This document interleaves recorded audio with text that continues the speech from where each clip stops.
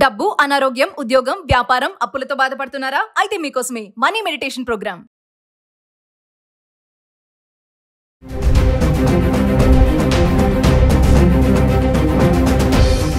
నమస్కారం, నేను మీ అడ్వకేట్ సంగీత. అంబేద్కర్ కోనసీమ జిల్లా రాజోలులో ఒక దారుణమైన సంఘటన చోటు చేసుకుంది. ఓలేటి పుష్ప అనే అమ్మాయిని షేక్ షెమ్మా అనే వ్యక్తి గుండెల పైన కత్తితో పొడిచి అతి దారుణంగా చంపేయడం జరిగింది. అసలు వివరాల్లోకి వెళ్తే ఆయన అలాగే షేక్ షెమ్మా అలాగే పుష్ప గత కొంతకాలంగా సహజీవనం చేస్తూ ఉన్నారు. పుష్పకి గతంలోనే మ్యారేజ్ జరిగింది. కొన్ని కారణాల వల్ల విడాకులు కూడా అయ్యాయి. ఈ వ్యక్తి తనను ప్రేమిస్తున్నాను అంటూ లైఫ్ లోకి రావడం, ఇంట్లో వాళ్ళు కూడా ఏదైతే పుష్ప వాళ్ళ అమ్మ కానివ్వండి, అన్న కానివ్వండి, నీకు నచ్చితే ఓకే అని చెప్పి ఆ వ్యక్తి విజయవాడలో ఏసీ మెకానిక్ గా వర్క్ చేస్తూ ఉన్నాడు. కొంచెం జీతం కూడా వస్తుంది కదా అన్న నేపథ్యంలో ఇప్పటికే విడాకుల ఇంటి మీద ఉన్న అమ్మాయిని ఒక వ్యక్తి పెళ్లి చేసుకుంటాను అనగానే వీళ్ళు కూడా ఒప్పుకోవడం జరిగింది. పెళ్లికి కొంచెం టైం తీసుకొని ఇద్దరు సహజీవనం చేస్తూ ఉన్నారు. ఈ సహజీవనం చేస్తున్న ఆ టైంలో ఇతనికి ఎక్కువగా డ్రగ్స్ అలవాటయ్యాయి. ఏదైతే ఉంటుందో గాంజా ఇలాంటివన్నీ కూడా ఆయన సేవించడం స్టార్ట్ చేశాడు. అంతేకాకుండా అప్పుల పాలు ఎక్కువగా అయిపోయి ఆయనకు డబ్బులు ఎక్కువగా కావాల్సి వచ్చింది. ఆ తరుణంలో తన లవర్ ఎవరైతే ఉన్నారో పుష్ప, ఆ పుష్పను ఎలాగైనా సరే నువ్వు వేరే వాళ్ళ దగ్గరికి వెళ్లి డబ్బులు సంపాదించాలి అని చెప్పేసి తెగ ఇబ్బంది పెట్టడం స్టార్ట్ చేశాడు. దానికోసం అనంతపురంకి కూడా తీసుకెళ్లి ఒక రూమ్ లో పెట్టేసి ఇక్కడికి వ్యక్తులను పంపిస్తాను, వారితో స్పెండ్ చేసి ఆ డబ్బులు సంపాదించు, మనకి ఎక్కువ డబ్బులు వస్తాయి, అప్పుడు మనం లైఫ్ లో బాగా సెటిల్ అవ్వచ్చు అని చెప్పేసి ఆవిడని కొట్టి తిట్టి మరి ఆ పనికి ఒప్పించే ప్రయత్నం చేశాడు. ఎందుకు ఇలా చేస్తున్నాడు అంటే ఒక నెల రోజుల నుంచి అలా సతాయిస్తున్నా కూడా ఆవిడ భరిస్తూ నచ్చజెప్పుతూ అలా వస్తుంది. కానీ అతని ప్రవర్తనలో మాత్రం మార్పు రావట్లేదు. ఎందుకంటే బాగా మద్యానికి బానిసయ్యాడు, గాంజాకి బానిసయ్యాడు, వీడికి బానిసయ్యాడు. ఇవన్నీ నేపథ్యంలో అవి కొనాలన్నా లేకపోతే తన అప్పులు తీర్చుకోవాలన్నా కూడా తనకి కావాల్సింది డబ్బు. ఆ డబ్బు రావాలి ఈజీగా అనంటే ఈ అమ్మాయిని వేరే వాళ్ళ దగ్గరికి పంపించేస్తే ఆ డబ్బులు సంపాదించిన తర్వాత ఆ డబ్బులతోటి తిని జల్సాలు చేయాలని చెప్పేసి అనుకున్నాడు. ఈ కారణంగా అతను అనంతపురంకి తీసుకెళ్లిన తర్వాత ఆమె ప్రతిదాడి చేసింది. అంటే నేను చెయ్యను, నాకు అసలు ఇంట్రెస్ట్ లేదు, నువ్వు ఇలాంటి వాడు అనుకోలేదు అని చెప్పేసి అన్న తర్వాత ఆవిడ కొట్టడము, సరే నువ్వు ఒప్పుకోవట్లేదు కదా అని చెప్పేసి మళ్ళీ బ్యాక్ ఇంటికి తీసుకురావడము జరుగుతున్న సందర్భంలో వీళ్ళిద్దరికి మధ్యలో వాగ్వాదం ఎక్కువగా జరిగింది. అది జరిగిన తర్వాత ఇమీడియట్ గా ఇంటికి వచ్చిన తర్వాత ఎవరైతే ఉంటారో ఆవిడ వాళ్ళ అన్నయ్యకి వాళ్ళ అమ్మకి కాల్ చేసింది. కాల్ చేయగానే వాళ్ళు కూడా ఎందుకు ఇలా చేస్తున్నారు అని చెప్పేసి వచ్చి మాట్లాడే ప్రయత్నంలో వాళ్ళ అన్న పైన వాళ్ళ అమ్మ పైన కూడా దాడి చేసి ఆయన కత్తి తీసుకొని ఎవరైతే పుష్ప ఉన్నారో పుష్ప గుండెల మీద పొడిచి చంపడం జరిగింది. ఆ టైంలో వాళ్ళ అన్నయ్య అలాగే అమ్మ వచ్చి అడ్డుకున్నారు. అడ్డుకున్న నేపథ్యంలో అయినా కూడా వారిని కూడా దాడి చేయడం జరిగింది. ఒకవేళ గనుక ఎవరైతే పుష్ప ఉన్నారో పుష్ప వాళ్ళ అన్నయ్య లేకపోతే వాళ్ళ అమ్మ కూడా శవం అయిపోయేది. వెంటనే తల్లి వాళ్ళు పోలీసులకు ఫోన్ చేయడము, పోలీసులు రావడము, ఇమీడియట్ గా అతని కోసము గాలించడము చేశారు. అంటే అటెంప్ట్ టు మర్డర్ కింద 300 సెక్షన్ కిందగా అప్లికేబుల్ అయ్యింది. అది ఉంటుంది, లైఫ్ ప్రిజన్మెంట్ ఉంటుంది. అంతేకాకుండా ఫైన్ కూడా ఉండే అవకాశాలు ఉంటాయి. అంటే ఇది ఉద్దేశపూర్వకంగా చేశాడా లేదా అనేది, లేదంటే ముందుగా గతం నుంచెల్లే ఈ అమ్మాయి లైఫ్ లోకి రావడానికి కూడా ఇలాంటి డబ్బు సంపాదించడానికేనా అనే కారణాలు ఇవన్నీ కూడా చేస్తారు. ఇప్పటికి తప్పించుకొని వెళ్ళాడు కాబట్టి ఒక 2 టీమ్స్ గా పోలీసులు కూడా డివైడ్ అయిపోయి అతని ఆచూకీ కోసం వెతుకుతూ ఉన్నారు. అంటే ఇక్కడ మనము ఏదైతే ఆలోచించాలో, ఒక పర్సన్ మనకు నచ్చినప్పుడు ఇలాంటి లివింగ్ రిలేషన్షిప్స్ అన్నిటివన్నీ కూడా చాలా ప్రాబ్లమ్స్ కి ఫేస్ చేస్తాయి. అంటే మీ వ్యక్తిగత విషయం అది అయినప్పటికీ కూడా ఇలాంటి సంఘటనలు చోటు చేసుకున్నప్పుడు మనము వారిని ఎలా క్వశ్చన్ చేయడానికి కూడా ఉండదు.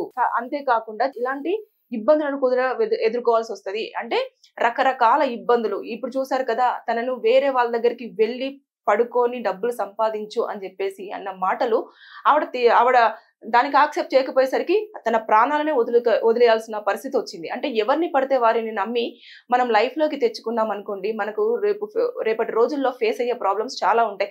ఇందులో ఆ అమ్మాయి మొదటిగానే అతని ప్రవర్తన ఎప్పుడైతే తన లైఫ్ లోకి వచ్చినప్పటికీ తర్వాత నెక్స్ట్ తను ఎప్పుడైతే బానిస అయ్యాడో ఆ మందుకు కానివ్వండి, తర్వాత నెక్స్ట్ ఏదైతే గాంజా సిగరెట్ ఇవన్నీ ఉన్నాయో దానికి బానిస అయినప్పుడే పక్కకు పెట్టాల్సింది.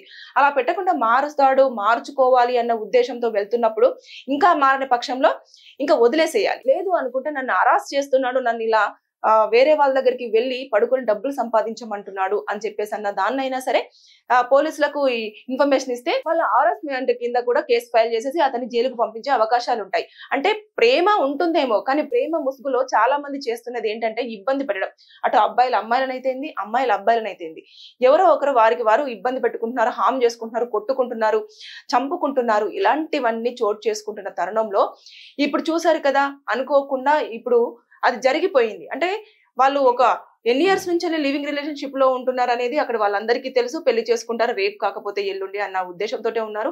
ఒకరినొకరు తెలుసుకోవాలి అనుకున్నప్పుడు మినిమం ఒక 6 నెలలు పెట్టుకోండి. మీకు కనుక వాళ్ళకి సెట్ అవ్వలేదు అంటే పక్కన పెట్టేసేయండి. అంతేగాని సంవత్సరాలు వాళ్ళతో ఉండి నెక్స్ట్ పిల్లల్ని కొంతమంది కనేస్తున్నారు, వారిని వచ్చేసి రోడ్ల మీద వదిలేస్తున్నారు. అంతేకాకుండా కొంతమంది అయితేనేమో లేనిపోని అలవాట్లకు బానిస అయిపోతున్నారు. కొంతమంది ఏమో పోలీస్ స్టేషన్లకు వెళ్ళేసి రేప్ కేసుల కింద అట్రాక్ట్ అవుతున్నారు. కొంతమంది ఇలాంటి హంతకులుగా మిగిలిపోవడం జరుగుతుంది. కొంతమంది దొంగతనాలకు పాల్పడుతున్నారు. అంటే వాళ్ళిద్దరు లగ్జరియస్ లైఫ్ లీడ్ చేయడం కోసం.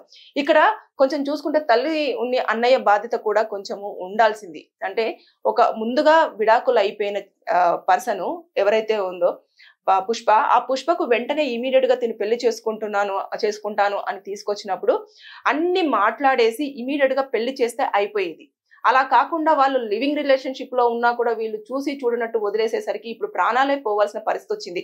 ఇప్పుడు శవాన్ని అక్కడ పెట్టేసుకొని అతన్ని 24 hours లో అరెస్ట్ చేస్తే గానీ మేము శవాన్ని తీయము, లేకపోతే కర్మకాండ జరిపించము అంటే అవన్నీ కుదరదు. ఎందుకంటే తప్పిదం అనేది జరిగిపోయింది.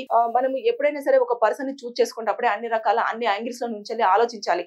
ఇప్పుడు మ్యారేజ్ అయిపోయి డివోర్స్ అయిన అమ్మాయిని ఫస్ట్ మ్యారేజ్ అబ్బాయి వచ్చి లివింగ్ రిలేషన్షిప్ లో ఉంటున్నాడు అనుకుంటున్నప్పుడు అది ఒకటి యూజ్ చేసుకోవడం కోసమైనా అయి ఉండొచ్చు, లేదంటే తన దగ్గర ఉన్న డబ్బుల కోసమైనా అయి ఉండొచ్చు. అంటే బోత్, ఎవరైనా అమ్మాయి అబ్బాయి దగ్గర ఉన్నా సరే, అబ్బాయి అమ్మాయి దగ్గర ఉన్నా సరే, ఎవరైనా సరే మనీ పరంగానో లేకపోతే వాళ్ళకు నీడీస్ ఏమైనా బాడీ నీడీస్ ఉంటే అవైనా ఇలాంటి వాటి కోసం మాత్రమే వాళ్ళు ఉండడం జరుగుతుంది. ఈ నేపథ్యంలో ఇలాంటి హత్యలు, మానభంగాలు కానివ్వండి, ఇలాంటివి ఎక్కువ చూసుకొని ఫ్యామిలీస్లలో చంపుకోవడాలు, కుటుంబం నుంచి వెలయడాలు, దారుణంగా కనిపించకుండా ఆచూకీ లేకుండా వెళ్లిపోవడాలు, ఇలాంటివి ఎక్కువగా చోటు చేసుకొని వార్తల్లోకి ఎక్కడం జరుగుతుంది. ఈ అబ్బాయి విషయంలో చూసుకుంటే కూడా ఏజ్ కూడా చాలా చిన్నగా ఉంది, 27 to 28 years కనిపిస్తూ ఉన్నాయి. ఈ టైంలో అతను అనవసరంగా ఒక మనిషిని చంపి హంతకుడుగా మిగిలిపోయి, ఒకవేళ అతను కనుక దొరికితే పోలీసులు అరెస్ట్ చేసి కోర్టులో ప్రొడ్యూస్ చేస్తే మాత్రము రిమాండ్ కు పంపిస్తారు. రిమాండ్ పంపించిన తర్వాత అక్కడ ఉన్న సీన్ అంతా కూడా మళ్ళీ ఒకసారి చూడడం జరుగుతుంది. అతను అడిగిన తర్వాత తను చేశాను అని ఒప్పుకున్నాడు అంటే అతనికి జైలు శిక్ష పడే అవకాశాలు ఉంటాయి.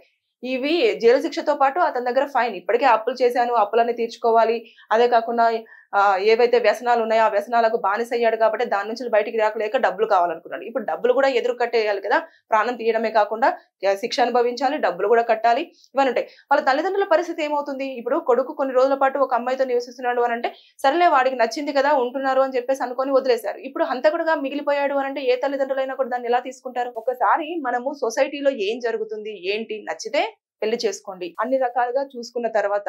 అంతేగాని ఇలా నచ్చలేదు నేను బలవంతంగా వారి దగ్గరికి వెళ్ళి పంపిస్తాను అంటే ఈజీ మనీ కోసం అని చెప్పేసి రకరకాల మార్గాలను ఎంచుకొని మీరు ఇబ్బంది పడడము, వారిని ఇబ్బంది పెట్టడం అనేది మంచి పద్ధతి కాదు.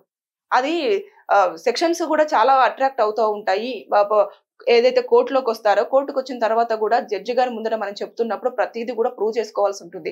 ఏదైనా ఎవిడెన్స్ కిందనే ఉంటుంది, ఓరల్ గా మనం ఇచ్చేది ఏది కూడా ఉండదు. అంత రిటర్న్ గా కానివ్వండి, లేదంటే డిజిటల్ గా కానివ్వండి, ఇలాంటివన్నీ ప్రొడ్యూస్ చేయాల్సి ఉంటుంది.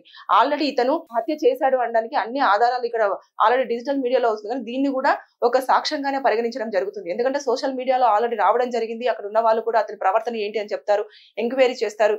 ఇవన్నీ చూసిన తర్వాతనే అతని బిహేవియర్ ఏంటి అంటే ముందు ఎలా ఉంది, తర్వాత ఎలా ఉంది అనేది చూసిన తర్వాత నిజంగానే గాంజా కొడుతున్నాడా లేదా, అమ్మాయిల పట్ల బిహేవియర్ ఎలా ఉంటుంది, ఇన్ని సంవత్సరాల నుంచి ఒక పర్సన్ తో ఉంటున్నప్పుడు అతను అమ్మాయితో ఉండడానికి కారణాలు ఏంటి అనే యాంగిల్స్ లలో కూడా మొత్తం ఎంక్వైరీ చేయడం జరుగుతుంది. జరిగిన తర్వాత అన్ని ప్రూవ్ అయ్యాయి అనుకోండి, అతని జైల్లో 10 సంవత్సరాల వరకు కూర్చోవాల్సి వస్తుంది. ఇవన్నీ జరిగేటి అన్ని ఒకటే, మనీ, శారీరక సంబంధం.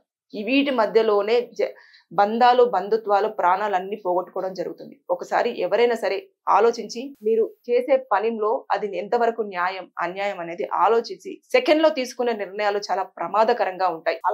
అలాగే కోర్టులో కూడా కేసులు ఫైల్ వచ్చాయి అనుకోండి, మీ కేసు కనుక శిక్షలు పడి జైల్లో మీ జీవిత కాలం అంతా అనుభవించాల్సి వస్తుంది. ఒకసారి ఏదైనా సరే ఇలాంటివి జరగకుండా ఉండాలి అనుకున్నప్పుడు చుట్టుపక్కల ఉన్న వాళ్ళు కూడా వాళ్ళ ప్రవర్తన విధానం ఏదైనా తేడాగా ఉంటే న్యూసెన్స్ కేసు కింద కూడా ఫైల్ చేయొచ్చు.